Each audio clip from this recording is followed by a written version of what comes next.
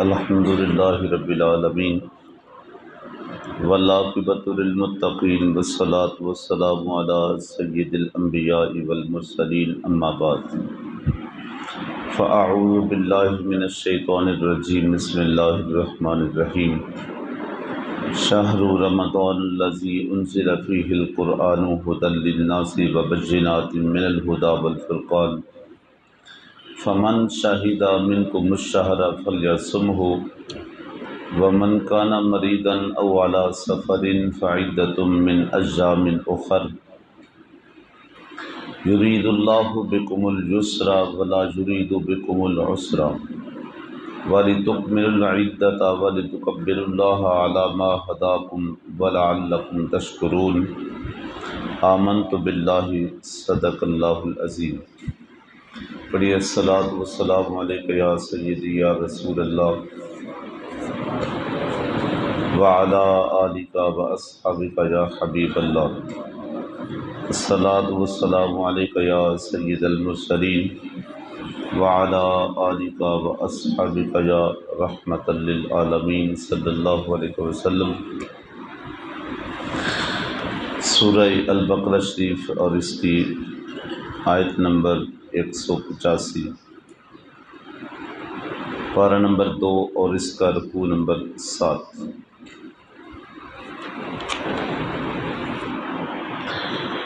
اب جانتے ہیں کہ کل کی آیت مقدسہ میں بھی اسی عنوان سے تعلق رکھتی ہے وہ گفتگو کہ ماہ رمضان کے اندر جو شخص روزہ نہ رکھ سکے بیماری کی وجہ سے یا سفر کی وجہ سے، وہ دوسرے دنوں میں وہ پورے کرے، اور اگر کوئی طاقت ہی نہ رکھے تو وہ اس کا فدیہ دے، فدیۃ طعام مسکین۔ اور جو شخص قضا بھی کر لے اور اس کا فدیہ بھی دے دے، یہ اس کے لیے اور بھی بہتر ہے۔ آج کی آیہ مقدسہ بھی اسی عنوان سے ریلیٹڈ ہے۔ اس کا ترجمہ سماعت فرمائیے کہ رمضان کا مہینہ کہ جس میں قرآن اترا، لوگوں کے لیے ہدایت اور رہنمائی اور فیصلہ کی روشن باتیں، تو تم میں سے جو کوئی یہ مہینہ پائے ضرور اس کے روزے رکھے، اور جو بیمار یا سفر میں ہو تو اتنے روزے اور دنوں میں رکھے۔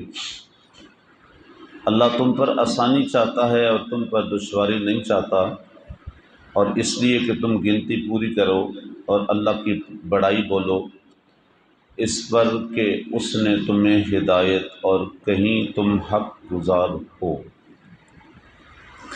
بڑی خوبصورت باتیں ہیں اس آیہ مقدسہ میں، خاص طور پہ ایک تو اس اعتبار سے کہ قرآن مقدس کتنی مقدس اور اعلیٰ کتاب ہے کہ اس کتاب کو اللہ رب العزت نے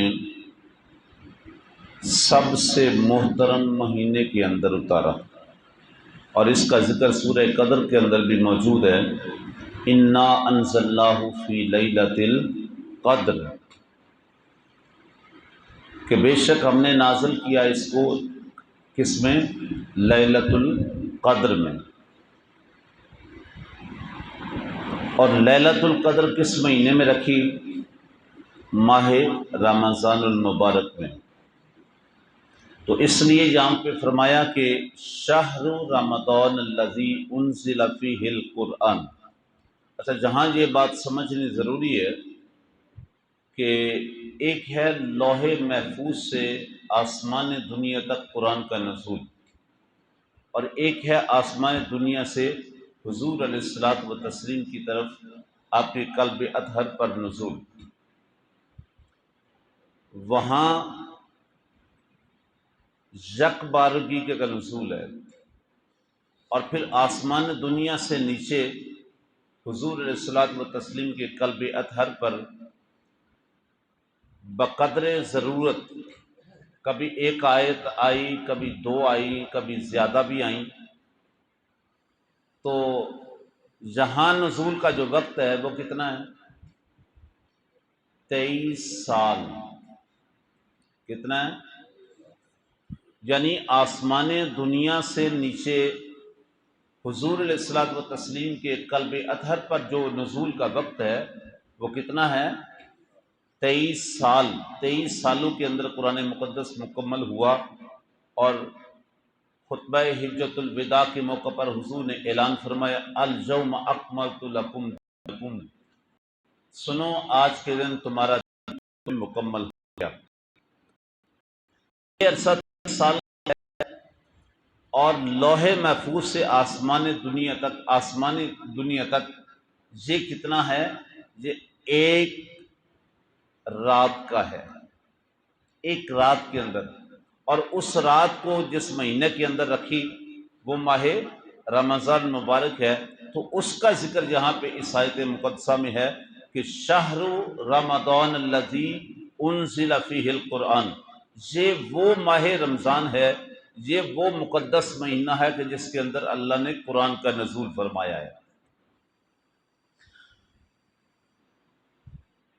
اور اس قرآن کو کیا بنایا؟ ھدی للناس۔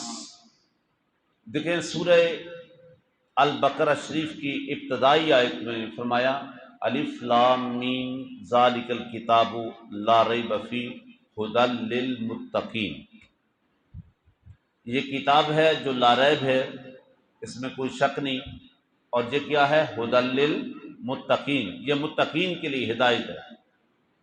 جہاں اس سے اگلی بات کی ہے، ظاہر ہے متقین تو وہ ہوں گے نا جنہوں نے کلمہ محمدی پڑھا ہے، جنہوں نے کلمہ قبول کیا ہے، جنہوں نے حضور کی رسالت اور نبوت کو قبول کیا ہے۔ اور جہاں سے فرمایا ھدی للناس، اب للناس کے اندر جس نے کلمہ پڑھا یہ وہ بھی آ گیا، جس نے کلمہ نہیں پڑھا وہ بھی اس میں داخل ہو۔ ھدی للمتقین، وہ جو کلمہ پڑھ چکے ہیں، اور للناس وہ جنہوں نے کلمہ بھی نہیں پڑھا، صرف انسانیت میں داخل ہوئے ہیں، جنہوں نے جنم لیا ہے، جو انسانیت میں داخل ہیں۔ ہر وہ شخص کہ جس نے جنم لیا ہے، اس نے کلمہ پڑھا یا نہیں پڑھا، یہ اس کے لیے بھی ہدایت کا سرچشمہ ہے۔ اب آپ سوچیں گے کہ وہ کیسے ہے؟ وہ ایسے ہے کہ کتنے ایسے خوش نصیب ہیں جو اسلام سے دور تھے، دین سے دور تھے، کلمے سے دور تھے، لیکن ان کے کانوں میں قرآن کی آیات پڑھی، اللہ نے ان کا مقدر بدل کے رکھ دیا۔ اور سب سے خوبصورت بہت ساری دلیلیں ہیں، لیکن صرف ایک سے دو آپ کے سامنے رکھوں گا۔ آپ حضرت سیدنا فاروق اعظم رضی اللہ تعالیٰ عنہ کے ایمان لانے کا واقعہ تو سمجھے ذرا، کیسے ان کی دل کی دنیا بدلی، کیسے مقدر بدلا۔ کہ بہن قرآن کی تلاوت کر رہی ہے، وہ آیات آپ نے سن لی، وہ اوراق کی وہ تلاوت سن لی، جیسے وہ تلاوت سنی آئے کتنے غصے میں تھے، آئے کتنے تیس میں تھے، کتنے جلال میں تھے، لیکن جب قرآن کی آیات کو سنا تو دل کی دنیا بدل کے رکھ دی۔ اور پھر حضور کی بارگاہ میں حاضر ہوتے ہیں تو کیا تاریخی جملہ کہا حضور گھر سے تو چلا تھا تو سر لینے آیا تھا، سر لینے نکلا ہوں، اور جب در رسول پہ پہنچا ہوں تو سر لینے نہیں سر دینے آیا ہوں۔ اور پھر نجاشی بادشاہ کا دربار کا معاملہ آپ نے سن رکھا ہوگا، جب حضور کے غلاموں نے ہجرت کی حبشہ کی طرف اور پیچھے کفار پہنچے، انہوں نے کہا جی ہمارے غلام ہیں، یہ وہاں سے دوڑ کے آئے ہیں اور ان کو ہمیں پیش کرو، اور ان کے عقائد بڑے غلط ہیں، اور یہ حضرت عیسیٰ علیہ السلام کے متعلق چونکہ وہ عیسائیت میں تھا تو انہوں نے اپنے اپنے الزامات کیے۔ تو حضرت جعفر تجار رضی اللہ تعالی عنہ، یہ حضور کے چچا کے بیٹے ہیں، حضرت سیدنا علی المرتضیٰ رضی اللہ تعالیٰ عنہ کے سگے بھائی ہیں۔ تو نجاشی بادشاہ نے کہا کہ تمہاری تو باتیں میں نے سن لی ہیں، لیکن ان کی بھی تو سنو نا، وہ کیا کہتے ہیں؟ تو نجاشی بادشاہ کے دربار میں کھڑے ہو کر حضرت جعفر رضی اللہ تعالیٰ عنہ نے جب قرآن کی تلاوت کی اور سورہ مریم کی تلاوت کی، اس کی دل کی دنیا بدل گئی۔ اس کے بعد وہ مسلمان ہوا، اس نے کلمہ پڑھا، حتیٰ کہ حضور علیہ الصلوۃ والتسلیم ان کو پسند فرماتے تھے۔ اور جب اس کا انتقال ہوا تو ایک یہ واقعہ ہے، جب اس کا انتقال ہوا تو حضور علیہ الصلوۃ والتسلیم نے نجاشی کا جنازہ پڑھایا، اور صحابہ کرام کہتے ہیں کہ جب حضور علیہ الصلوۃ والتسلیم نے نجاشی کا جنازہ پڑھایا، حالانکہ وہ حبشہ کے اندر فوت ہوا اور حضور علیہ الصلوۃ والتسلیم مدینہ میں تشریف فرما ہے، لیکن صحابہ کرام کہتے ہیں کہ جب ہم نے جنازہ پڑھا تو ہمیں محسوس ہو رہا تھا کہ جنازہ ہم نے پڑھا، اتنا اسے پسند فرمایا۔ تو اس کی دل کی دنیا بھی بدلی، تو کس سے بدلی؟ قرآن کی بے شمار اور دلائل ہیں۔ بہرحال آگے چلتے ہیں۔ ہدی للناس، للناس کے لیے یہ ہدایت کا سرچشمہ ہے، بڑے لوگوں کے مقدر تبدیل ہوئے۔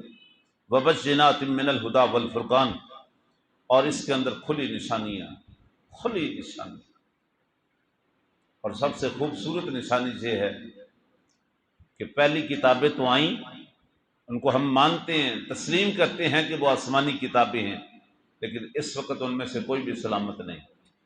ہر ایک کے اندر، تورات کے اندر، زبور کے اندر، انجیل کے اندر تبدیلیاں آ چکی ہیں، وہاں بدل چکے ہیں معاملات، لیکن ایک قرآن کا اعجاز ہے، قرآن کا انفرادی اعجاز ہے کہ جن لفظوں کے اندر قرآن نازل ہوا آج تک اسی طرح سلامت ہے، اور انشاءاللہ تا صبح قیامت یہ سلامت رہے گا، چونکہ خود رب نے کیا کہا، انا نحن نزلنا الذکر وانا لہ لحافظون، اس قرآن کو اتارا بھی ہم نے ہے، اس کے محافظ بھی ہم خود ہیں، اور جس کی حفاظت کا ذمہ خود رب اپنے ذمہ لے لے، وہ کیسے اس کے اندر فرق آ سکتا ہے؟ وبشرات من الہدی والفرقان، یعنی اس کے اندر فرق کرنے والی اور ہدایت کی کھلی نشانیاں موجود ہیں، انفرادی اجازات موجود ہیں۔ اور آگے فرمایا فمن شاہدہ، اگلا حکم آیا، فمن شاہدہ منکم الشہر فلیصمہ۔ ماہ رمضان جو اتنا مقدس اور بابرکت مہینہ ہے، جس کے اندر قرآن کو بھی اتارا، جس کے اندر لیلۃ القدر کو بھی رکھ دیا گیا ہے، تو تمہیں چاہیے کہ تم میں سے جو بھی اس مہینہ کو پائے فلیصمہ، اس کے روزے رکھے۔ اور وہ مشہور زمانہ جو حدیث پاک ہے کہ حضور علیہ الصلوۃ والتسلیم جب ممبر شریف پہ تشریف لانے لگے تو ہر قدم پہ آپ نے آمین آمین آمین پکارا، تو اس کے اندر حضور نے جو اس کی وضاحت فرمائی کہ جیسے ہی میں ممبر کے قریب آیا تو میرے پاس جبریل امین آئی، اور جبریل امین یعنی ان لفظوں کی تائید حضور کی حدیث پاک سے بھی ہوتی ہے، فرمان رسول سے بھی ہوتی ہے۔ یہ پہلی دعا اس نے کیا کی تھی کہ جو شخص آپ کا نام نامی اسم گرامی سنے اور پھر آپ پر درود نہ پڑے وہ ہلاک ہو جائے۔ حضور نے فرمایا آمین، وہ اسی لائق ہے۔ آقا جو شخص اپنے زندگی کے اندر ماں باپ کو پائے اور ان کی خدمت کر کے جنت کا حقدار نہ بنے وہ بھی ہلاک ہو جائے، میرے حضور فرماتے ہیں میں نے کہہ دیا آمین، یہ بھی اسی لائق ہے۔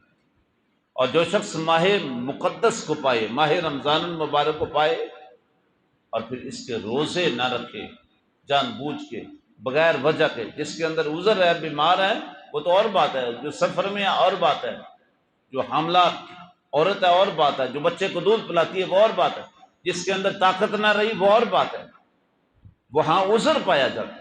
بغیر عذر کے جو روزہ نہ رکھے تو جبریل امین نے کہا حضور وہ بھی ہلاک ہو جائے، اور میرے کریم آقا نے فرمایا کہ وہ بھی اس لائق ہے، وہ ہلاک ہو جائے۔ اس لیے بغیر کسی وجہ سے روزہ چھوڑنا نہیں چاہیے ہر صورت، اور اس لیے بھی رکھنا چاہیے، یہ سوچ کے مت چھوڑیں کہ چلو اس سال نہیں اگلے سال رکھ لیں گے، کس کے پاس ضمانت ہے، کس کے پاس ضمانت ہے؟ حضرت عمر بن عبدالعزیز، بہت عظیم نام، جنہیں عمر ثانی کہا جاتا ہے، انہوں نے نا ایک دفعہ اپنے خادم کو بلایا جو خازن تھا، خزانچی تھا ان کی سلطنت کا، کہا کہ مجھے ضرورت ہے تو آپ ایسا کریں، ایک مہینے کی تنخواہ، اس مہینے کا وظیفہ مجھے ایڈوانس دے دیں۔ اس خازن نے کہا حضرت میں آپ کا حکم کا تابع دار ہوں، بالکل میں آپ کو دے سکتا ہوں، آپ لے لیں، لیکن آپ نے ایڈوانس مانگا ہے، ایک مہینے کا آپ نے وظیفہ ایڈوانس مانگا ہے، کیا آپ کے پاس ضمانت ہے کہ ایک مہینہ آپ زندہ رہیں گے؟ آپ کے پاس یہ گارنٹی ہے کہ ایک مہینہ زندہ رہیں گے؟ تو ایک دم ان کی آنکھیں کھلی، کہا یہ تو میرے پاس کوئی ضمانت نہیں، کوئی گارنٹی نہیں، لہذا ہو سکتا ہے اس سے پہلے مجھے موت آ گئی، تو یہ تو وظیفہ میں نے بغیر محنت کے لے لیا، لہذا اس کی ضرورت نہیں، میں اپنی ضرورت ویسے پوری کروں، نہیں لی۔ جنہیں ایک مہینے کا معاملہ آیا تو انہوں نے یہ تک کہا سال کی کس کے پاس گارنٹی ہے؟ اس سال نہیں، چلو اگلے سال رکھ لیں، کس کے پاس ضمانت ہے؟ نہیں ہے، اس سال ہے۔ اچھا دوسری بات، یہ کس کے پاس گارنٹی ہے کہ اگلے سال تک تندرستی بھی رہے گی، روزہ رکھنے کے قابل بھی رہیں گے؟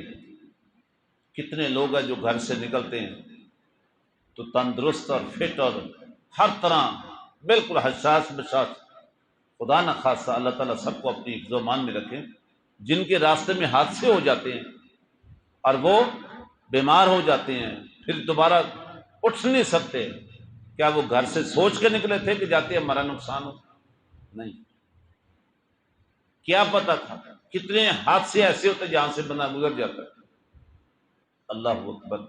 تو اس لیے فمن شاہدہ منکم الشہر فلیصمہ، جو اس مہینے کو پالے پھر اسی کو غنیمت جان لے کہ اللہ تیرا شکر ہے مہینہ بھی مل گیا، تندرستی بھی ہے، تو اس کے روزے رکھیے۔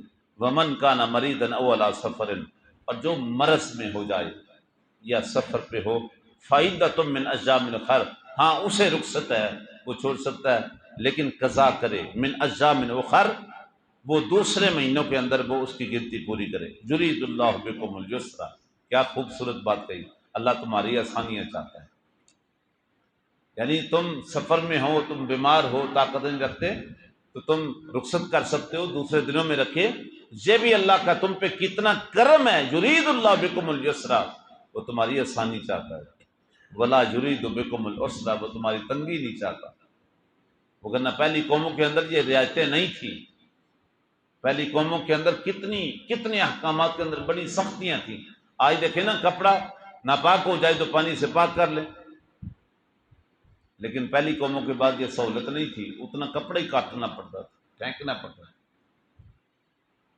آج جہاں پہ بھی آپ موجود ہیں وہیں پہ روزہ، وہیں پہ نماز پڑھ لیں، ساری زمین کو مسجد بنا دیا گیا، آپ گھر پہ ہیں، دفتر میں ہیں، آپ سفر میں ہیں، حضر میں ہیں، جہاں پہ بھی ہیں نماز پڑھ لیں، لیکن پہلی قوموں کے پاس یہ سہولت نہیں تھی، انہیں ایک جگہ بتا دی، اسی جگہ پہ ہر صورت پہنچا جاتا تھا۔ ولا یرید بکم العسر، وہ تمہاری تنگیاں نہیں چاہتا۔ وَلِتُكْمِلُوا الْعِدَّةَ وَلِتُكَبِّرُوا اللَّهَ عَلَى مَا هَدَاكُمْ وَلَعَلَّكُمْ تَشْكُرُونَ، تو جہاں کہیں بھی رخصت کا معاملہ ہو جائے تو وَلِتُكْمِلُوا الْعِدَّةَ، وہ تعداد وہ پوری کرو، پھر یعنی اتنے روزے رکھو۔ وَلِتُكَبِّرُوا اللَّهَ عَلَى مَا هَدَاكُمْ، اور اللہ کی بڑائی بیان کرو جس نے تمہیں ہدایت بخشی ہے۔ وَلَعَلَّكُمْ تَشْكُرُونَ، تاکہ تم شکر گزار بن جاؤ۔ اللہ رب العزت آج کی میری اور آپ کی حاضری قبول فرمائے، آمین۔ وصلی اللہ علیہ محمد وبارک وسلم۔ السلام